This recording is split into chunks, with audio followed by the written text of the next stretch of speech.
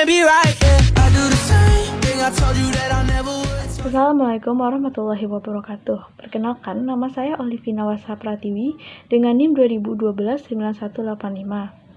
Baiklah, materi yang akan saya bahas pada hari ini adalah mengenai proses administrasi PTK, mulai dari perencanaan, pengadaan, penempatan, dan orientasi PTK. Kesejahteraan PTK berupa gaji, tunjangan, dan penghargaan bagi PTK dan cuti PTK. Baiklah, yang pertama adalah proses administrasi PTK. Yang pertama adalah perencanaan. Sebelum adanya pengumuman dari dibukanya lowongan pekerjaan bagi PTK, maka sebelumnya ada perencanaan yang matang dari lembaga yang membutuhkan PTK. Suatu kegiatan harus direncanakan terlebih dahulu, baru dilakukan kegiatan tersebut. Yang kedua adalah pengadaan tenaga personel adalah proses kegiatan untuk mengisi formasi yang kosong. Perlu diketahui bahwa lowongannya suatu formasi di samping disebabkan karena pengembangan lembaga dengan menambah jabatan-jabatan baru, juga disebabkan dengan adanya personel-personel lembaga yang berhenti. Baiklah, selanjutnya adalah pengadaan tenaga kependidikan diselenggarakan dengan langkah-langkah berikut. Yang pertama adalah pengumuman adanya formasi baru. Pengumuman ini bertujuan untuk memberitahukan kepada khalayak ramai bahwasannya ada lowongan untuk PTK di suatu lembaga. Pengumuman ini berupa media cetak maupun media elektronik. Hal yang harus dicantumkan dalam pengumuman pengadaan tenaga kependidikan yaitu pertama, jenis-jenis pegawai yang dibutuhkan, yang kedua, persyaratan yang harus dipenuhi, yang ketiga adalah waktu berakhirnya pendaftaran, yang keempat adalah alamat pengajuan pelamaran, dan terakhir adalah lain-lainnya yang dianggap penting. Selanjutnya adalah B. Pendaftaran. Pendaftaran dilakukan setelah pengumuman tersebar. Yang ketiga adalah C. Seleksi atau penyaringan. Setelah semua berkas sampai pada tim pengadaan tenaga pendidikan, maka semua berkas tersebut akan diseleksi dan disaring siapa saja yang memenuhi kriteria dari persyaratan yang telah ditetapkan. Yang D adalah pengumuman. Setelah semua tahap dilalui, maka akan diumumkan siapa yang berhak atau layak untuk mengisi tempat PTK yang telah kosong tersebut. Orang yang namanya tertera dalam daftar kelulusan adalah orang yang siap dan akan mengabdi pada kerjaannya. Yang ketiga, penempatan. Penempatan mengandung unsur uji coba yang menyebabkan adanya tindakan penempatan kembali, namun pada dasarnya penempatan tenaga kependidikan merupakan tindakan yang menentukan keluaran dan komposisi tuntutan-tuntutan pekerjaan, kewajiban, dan hal-hal yang ditawarkan dari jabatan tersebut. Si tenaga yang dilihat dari kepentingan keseimbangan struktur organisasi pendidikan nasional. Tindakan penempatan merupakan tindakan terpadu pada apa yang tenaga perhatikan atau kerjakan. Merupakan upaya pengenalan seseorang tenaga kependidikan yang baru terhadap situasi dan kondisi pekerjaan atau jabatannya. Ada juga yang berpendapat orientasi adalah suatu proses pemberian pemahaman kepada peserta tentang segala sesuatu yang berkaitan dengan latihan yang sedang diadakan. Ini adalah materi mengenai kesejahteraan PTK berupa gaji, tunjangan, dan penghargaan. Yang pertama adalah gaji. Dalam Undang-Undang Nomor 14 Tahun 2005 tentang guru dan dosen dinyatakan bahwa yang dimaksud dengan gaji adalah hak yang diterima oleh guru atau dosen atas pekerjaannya dari penyelenggaraan pendidikan atau satuan pendidikan dalam fungsi finansial secara berkala sesuai dengan peraturan perundang-undangan. Dalam peraturan perundangan pemerintah Republik Indonesia nomor 25 tahun 2011 tentang perubahan ke-12 peraturan pemerintahan nomor 7 tahun 1977 tentang peraturan gaji pegawai negeri sipil. Pada bab 2 pasal 4 dinyatakan bahwa PNS diberi gaji pokok berdasarkan golongan dan ruang yang ditetapkan untuk pangkat tersebut.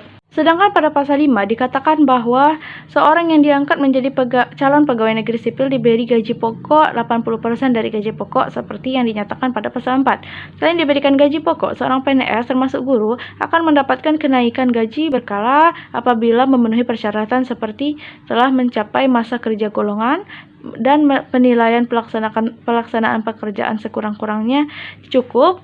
Di samping kenaikan gaji berkala, seorang PNS termasuk juga guru juga diberi tunjangan keluarga dan tunjangan jabatan. Gaji berkala seorang PNS termasuk juga guru juga diberi tunjangan keluarga dan tunjangan jabatan. Yang kedua adalah tunjangan. Tunjangan profesi diberikan pada guru yang telah memiliki sertifikat pendidik yang diangkat oleh penyelenggaraan pendidikan dan satuan pendidikan yang dilaksanakan oleh masyarakat. Besarnya tunjangan profesi adalah sebesar gaji pokok guru tersebut. Tunjangan profesi tersebut dialokasikan dalam anggaran pendapatan dan belanja negara atau APBN dan atau anggaran pendapatan belanja daerah atau APBD. Hal ini dinyatakan dalam pasal 16 ayat 2 dan 3 Undang-Undang Nomor 14 Tahun 2005 tentang guru dan dosen saja, tapi boleh juga dalam alokasi APBD. Ketiga adalah penghargaan. Pemerintah memberikan sebuah penghargaan di institusi pendidikan terhadap guru, dosen, kepala sekolah, dan seluruh tenaga pendidik yang berprestasi. Penghargaan PTK berprestasi ini sebagai penggerak perubahan dalam kemajuan mutu pendidikan. Direktur Jenderal Pendidikan Menengah Kementerian Pendidikan dan Kebudayaan atau Dirjen Kemendikbud, Ahmad Jazidi, mengatakan tujuan diberikan penghargaan adalah untuk meningkatkan kualitas sumber daya manusia, ataunya adalah untuk dapat meningkatkan mutu pendidik ke arah yang lebih baik. Materi selanjutnya adalah mengenai cuti PTK. Jenis-jenis cuti. 1. Cuti tahunan. Cuti tahunan ini merupakan hak dari PNS atau CPNS yang telah bekerja secara terus-menerus dalam sepanjang tahun. Selama cuti tahunan ini, PNS mendapatkan TPKPN. 2 adalah cuti besar. Cuti besar merupakan hak dari PNS yang telah bekerja selama kurang lebih 6 tahun. Jika PNS mengambil jatah dalam cuti besar ini, maka ia tidak berhak lagi mengambil cuti pada cuti tahunan dalam 1 tahun yang sama. Yang ketiga adalah jangka waktu paling lama 1 tahun, 6 bulan dan telah aktif bekerja kembali. Cuti sakit. Cuti sakit hanya untuk PNS yang menderita sakit lebih dari 2 hari dan ia pun harus melampirkan surat keterangan dokter dari rumah sakit, pemerintah atau puskesmas.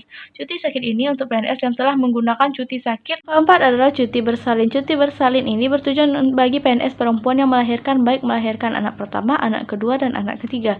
Dan terakhir adalah cuti karena alasan penting. Materi selanjutnya adalah mengenai pembinaan dan pengembangan PTK. Pembinaan tenaga kependidikan bertujuan untuk menyiapkan tenaga pendidik atau kependidikan agar mampu memegang tanggung jawab atas jabatan dan pekerjaannya. Strategi untuk membina PTK ada langkah-langkah, yaitu pertama adalah analisis kerja. Analisis kerja maksudnya itu membandingkan antara kerja kenyataan dari PTK dengan standar yang sudah ditetapkan. Apakah kinerja PTK tersebut sudah sesuai dengan standar kinerja yang sudah ditetapkan? Jika ditemukan hal yang tidak sesuai, maka dilakukan proses investigasi. Yang kedua adalah investasi kebutuhan. Analisis kebutuhan itu muncul dari analisis kerja yang bertujuan mengembangkan PTK. Langkah yang dilakukan adalah mengidentifikasi standar kinerja yang dari tenaga pendidik dan kependidikan serta mengidentifikasi kebutuhan pengembangan tenaga pendidik dan kependidikan. Terakhir adalah analisis sumber daya. Sumber daya yang dilakukan untuk mengembangkan SDM, tenaga pendidik, dan kependidikan adalah kajian mengenai SDM dimulai dari jumlah tenaga pendidik dan kependidikan, serta pihak-pihak yang berkaitan di dalamnya. Biaya untuk mengembangkan terkait di dalamnya, biaya yang mengembangkan tenaga pendidik atau kependidikan karena biaya merupakan hal yang mempengaruhi. Baiklah, materi selanjutnya adalah mengenai kenaikan pangkat PTK. Setiap tenaga pendidik dan kependidikan berhak untuk memperoleh kenaikan pangkat apabila telah sesuai dengan syarat yang sudah ditetapkan. Kenaikan pangkat bukan hanya menjadi hak bagi setiap personel, namun kenaikan pangkat itu dianggap menjadi suatu penghargaan bagi tenaga pendidik atau kependidikan atas jerih payah yang mereka selama mengabdi. Hal ini tersebutlah kenaikan pangkat mempunyai nilai motivasi yang tinggi. Kenaikan pangkat dapat dikatakan sebagai penghargaan untuk seseorang pegawai atau merupakan salah satu bentuk dari promosi. Jenis-jenis kenaikan pangkat. Pertama, kenaikan pangkat reguler yang diberikan kepada pegawai yang telah memenuhi persyaratan pada jabatan diembannya. Yang kedua, kenaikan pangkat pilihan bagi pegawai yang mengemban jabatan struktural dan batas jangka pangkat yang ditentukan.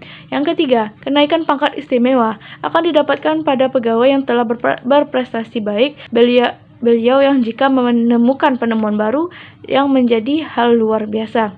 Yang keempat, kenaikan pangkat pengabdi sebagai tanda penghargaan bagi pegawai yang umurnya mencapai batas usia pensiun. Dan yang kelima adalah kenaikan pangkat anumata sebagai kenaikan pangkat setingkat lebih tinggi dari pangkat yang dimiliki sebelumnya untuk penghargaan pengabdian kepada negara. Adalah kenaikan pangkat dalam tugas belajar dalam batas ke jenjang pangkat yang ditentukan. Jika ingin naik pangkat, maka harus mengikuti pendidikan atau latihan jabatan yang dilaksanakan berdasarkan ketentuan yang telah berlaku. Dan yang ketujuh adalah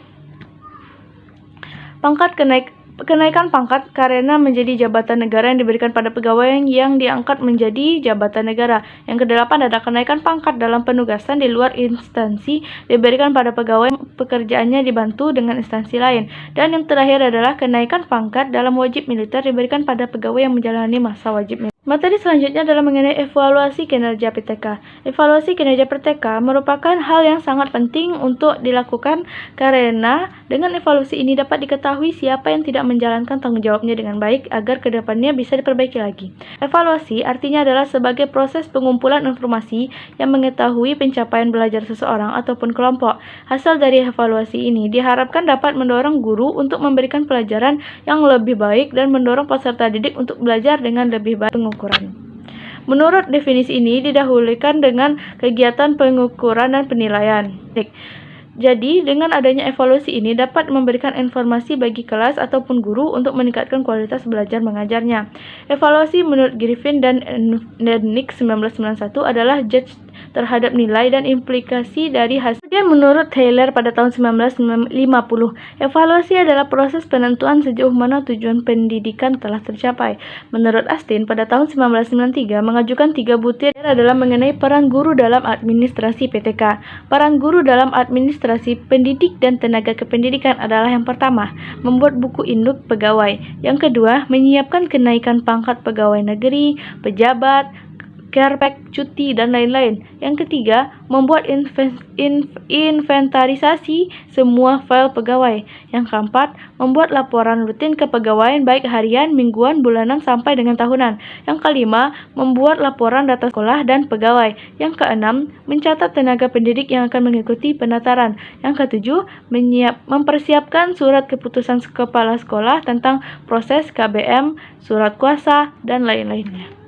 Hanya materi yang dapat saya sampaikan. Mohon maaf apabila ada kesalahan dan terima kasih atas perhatiannya untuk kepada Bapak dan teman-teman semua. Sampai jumpa pada pertemuan selanjutnya. Assalamualaikum warahmatullahi wabarakatuh.